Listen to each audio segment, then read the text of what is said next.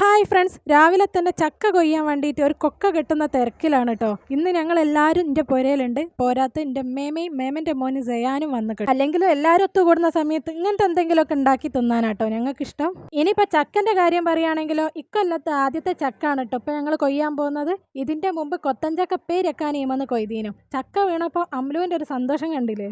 ഈ ചക്ക അധികം വലിപ്പമൊന്നും വെച്ചില്ല, എന്നാലും ഇതിൻ്റെ നിറം ഇങ്ങനെ മാറിയത് കണ്ടപ്പോൾ മൂത്തി ഉണ്ടാവും എന്നുള്ള പ്രതീക്ഷയിലായിട്ട് കൊയ്താണ് കേട്ടോ.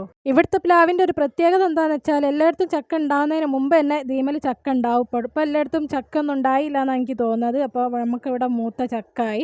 അപ്പോൾ തുടക്കത്തിൽ തന്നെ ഇമ ചക്ക ഉണ്ടാവും. അതുപോലെ അവസാനം എല്ലായിടത്തും ചക്ക തീരുമ്പോഴും ഇതുമ്മൽ സെക്കൻഡ് ട്രിപ്പ് ഉണ്ടാവും കേട്ടോ. ചക്ക പ്ലാവും വന്ന് തള്ളിയിട്ടിട്ട് ചക്ക ഇങ്ങനെ മുറിക്കുമ്പോൾ അത് മൂത്തുക്കോ എന്നുള്ളൊരു ഉത്കണ്ഠല്ലേ, അത് നിങ്ങൾക്ക് ആർക്കെങ്കിലും ഉണ്ടാവലുണ്ടോ? ഒക്കെ ഉണ്ടാവലുണ്ട് കേട്ടോ. അവസാനം ചക്ക മുറിച്ചിട്ട് അത് മൂത്തുക്കും തോന്നുമ്പോൾ അതൊന്ന് ഇതുപോലെ ഒരു ചോള എടുത്ത് തിന്നാലേ സമാധാനമാവും. അതിൻ്റെ ഇടയിൽ ചക്ക മൂത്തുക്കോ നോക്കി വന്നാണ് കേട്ടോ അമ്മച്ചി.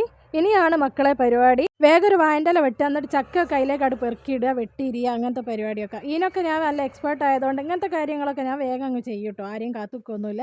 അപ്പോൾ എന്താ ഫസ്റ്റ് സ്റ്റെപ്പ്, നമ്മളെ ചക്ക വായൻ്റെലയിൽ കാട്ട് വെക്കുക. എന്നിട്ട് കുറച്ച് നേരം ചക്കനെ മെയിനാക്കി ഇങ്ങനെ കുറച്ച് വീഡിയോ ഒക്കെ എടുക്കുക. എന്നിട്ട് അവിടെ വെട്ടിയിരിയാൻ തുടങ്ങുക. വെളിഞ്ഞി ഒക്കെ അധികം ഇല്ലാത്തതുകൊണ്ട് വെട്ടിയിരിയാനൊക്കെ കുഴപ്പമില്ലായിരുന്നു, നല്ല സുഖം ഉണ്ടായിരുന്നു.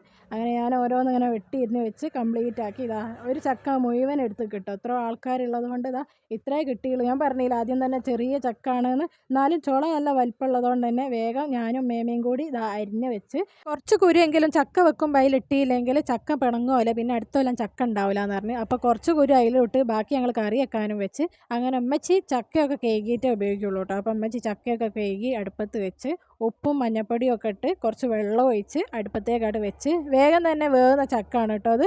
അതിൻ്റെ ഇടയിൽ ഇതാ എളാപ്പ വന്ന്, അങ്ങനെ എളാപ്പനെ വീഡിയോ എടുത്തപ്പോൾ എളാപ്പ എന്നെ തല്ലാൻ വരിക കേട്ടോ, എടുക്കണ്ടാറിന്. പിന്നെ അതാ മക്കൾ ഇവിടെ അലങ്കോലപ്പണികളൊക്കെ ചെയ്യുന്നുണ്ട്. അടി കൂടുന്നല്ല, ഒരു കളിക്കുകയാണ്. ചക്ക വേകാനായപ്പോൾ ചക്കക്കുള്ള അരപ്പ് റെഡിയാക്കി. ഇതാ ഇത്രയും സാധനങ്ങൾ ഒന്നിച്ച് അരച്ചെടുത്ത് ചക്കക്കുള്ള അരപ്പ് റെഡിയാക്കി. അപ്പോഴേക്കും ചക്ക വെന്തൊടങ്ങിയിട്ടുണ്ടായിരുന്നു. ചക്ക വേവിക്കുമ്പോൾ മാത്രം എടുക്കുന്ന ഒരു ആയുധമാണ് കേട്ടോ ഈ കടക്കോല്. അപ്പോൾ അതുകൊണ്ട് നല്ലോണം ചക്കയൊക്കെ വേവിച്ച് ഉടച്ചെടുത്തതിന് ശേഷം അതിലേക്ക് അരപ്പിട്ടിട്ട് ഒരു മൽപ്പിടുത്തുണ്ട് ഇതുപോലെ നല്ലോണം എല്ലായിടത്തും ആ തേങ്ങയും അരപ്പൊക്കെ എത്തിച്ച് മിക്സ് ചെയ്യുക. അത് ഈ കടക്കോലുകൊണ്ട് തന്നെ. അവസാനം ഈ കടക്കോലുമുള്ള ഈ ചക്കക്ക് നല്ല ടേസ്റ്റാണ്. ഞാൻ ലേശം നാരങ്ങാച്ചാറും കൂട്ടിയാണ് കേട്ടോ ചക്ക തിന്നത്. മീൻ കറിയും ചിക്കൻ കറിയോ ബീഫ് കറിയൊക്കെ ഉണ്ടെങ്കിൽ ബെസ്റ്റാണ്. അങ്ങനെ രണ്ട് ചക്ക ഇതാ ഇപ്പയും ഇളാപ്പയും കൂടി ഇവിടെ ചാക്കിലാക്കുകയാണ്. ആർക്കാണെന്നൊന്നും എനിക്ക് ഓർമ്മയില്ല, ഒരു ചാക്കിലാക്കുന്നുണ്ട്. അപ്പോൾ അത്രയേ ഉള്ളൂ ചക്കൻ്റെ വിശേഷങ്ങൾ. ചക്ക കിട്ടിയോലൊന്ന് കമൻറ്റ് ചെയ്യണേ. എന്നാ ശരി.